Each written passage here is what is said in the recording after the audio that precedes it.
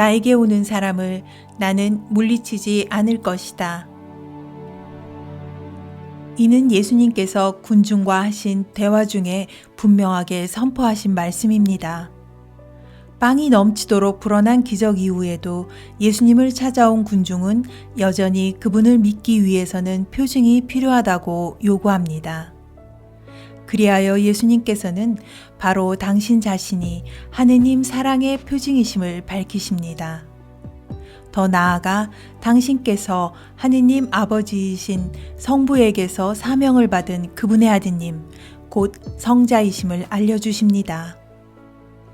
성자의 사명은 모든 피조물을, 특히 하느님 모상대로 창조된 인간을 모두 따뜻히 맞아들여 그들을 다시 성부의 집으로 데려가시는 것입니다.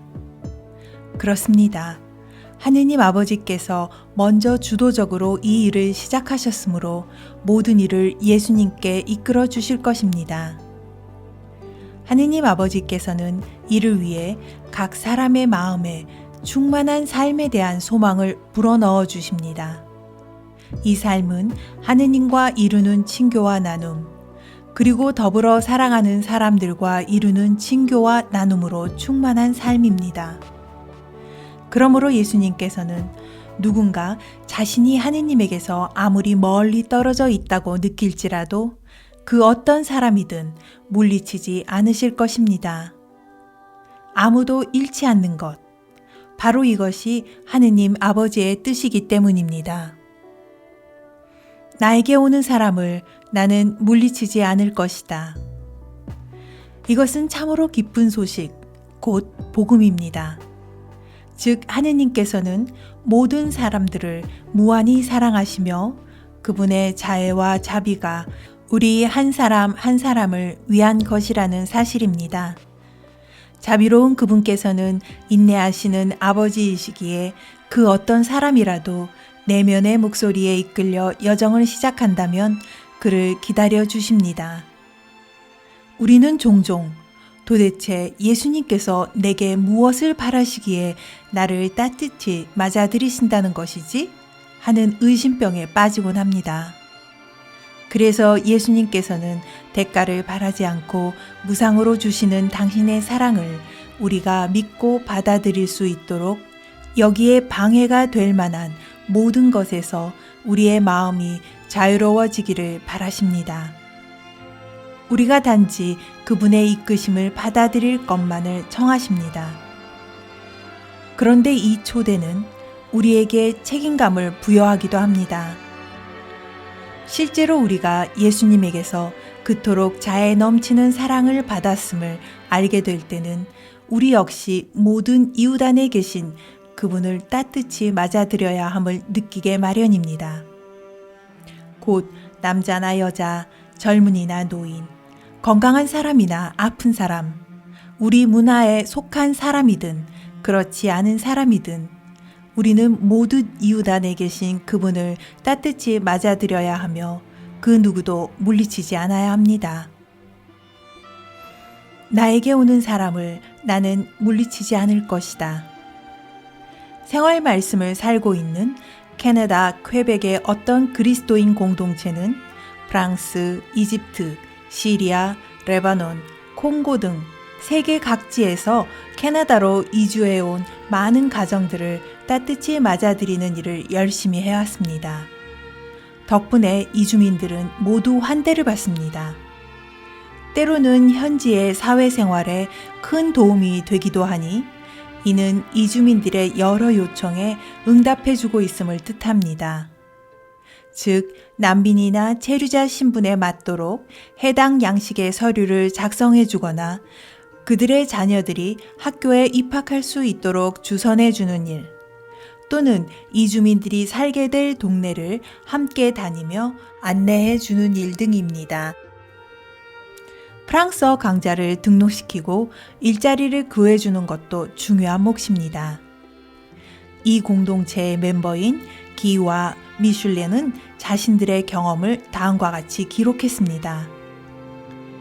전쟁을 피해 캐나다에 도착한 어느 시리아 가정이 또 다른 시리아 가정과 만나게 되었습니다. 이 새로운 가정은 이제 막 도착해서 아직 갈피를 못 잡고 매우 혼란스러운 상황이었습니다.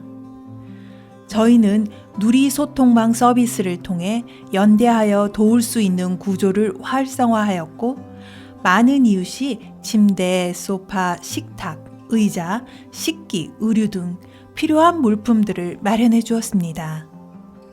어린이용 책과 장난감들도 도착했는데, 이것은 저희 공동체 가정의 어린이들이 부모님에게서 이주민 가정의 어려운 상황에 대해 듣고 자발적으로 내준 것들이었습니다.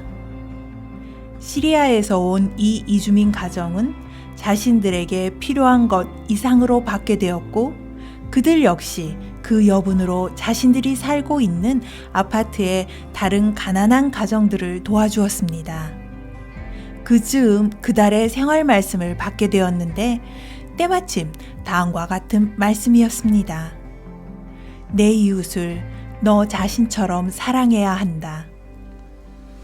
나에게 오는 사람을 나는 물리치지 않을 것이다. 하느님의 이 말씀을 우리 삶에서 다음과 같은 방법으로 드러낼 수 있습니다. 곧 모든 이웃에게 하느님 아버지께서 그들 가까이에 계신다는 점을 개인이나 공동체 차원으로 증거해 보이는 것입니다. 이를 위해 자비로운 사랑에 대한 끼아라 루빅의 이러한 글이 우리를 도와줄 수 있습니다.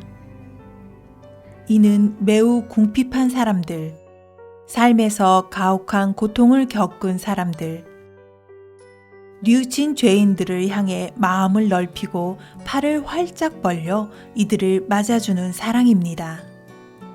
이 사랑은 빗나간 이웃이 내 친구거나 형제 혹은 낯선 사람이거나를 가리지 않고 기쁘게 맞아주며 수천 번이라도 용서하게 합니다. 이 사랑은 재지 않고 비교를 당하지도 않습니다. 자비로서 사랑할 때 그 사랑은 영원히 원래 지니고 있던 사랑보다 더욱 풍성하고 보편적이며 더욱 구체적으로 피어납니다. 그리고 영혼은 자신 안에서 예수님 닮은 마음이 피어남을 느낍니다. 사람들을 만날 때 자신의 입술 위에 저 군중이 가엾구나 라고 하신 그분의 거룩한 말씀이 되살아남을 깨닫게 된다는 것입니다. 자비는 사랑의 가장 드높은 표현이자 사랑의 완성입니다. 그리고 사랑은 고통보다 우월하니, 고통은 이 땅 위에만 존재하지만 사랑은 저 세상에서도 남아있으므로 그러합니다. 하느님께서는 희생보다 자비를 더욱 기뻐하십니다.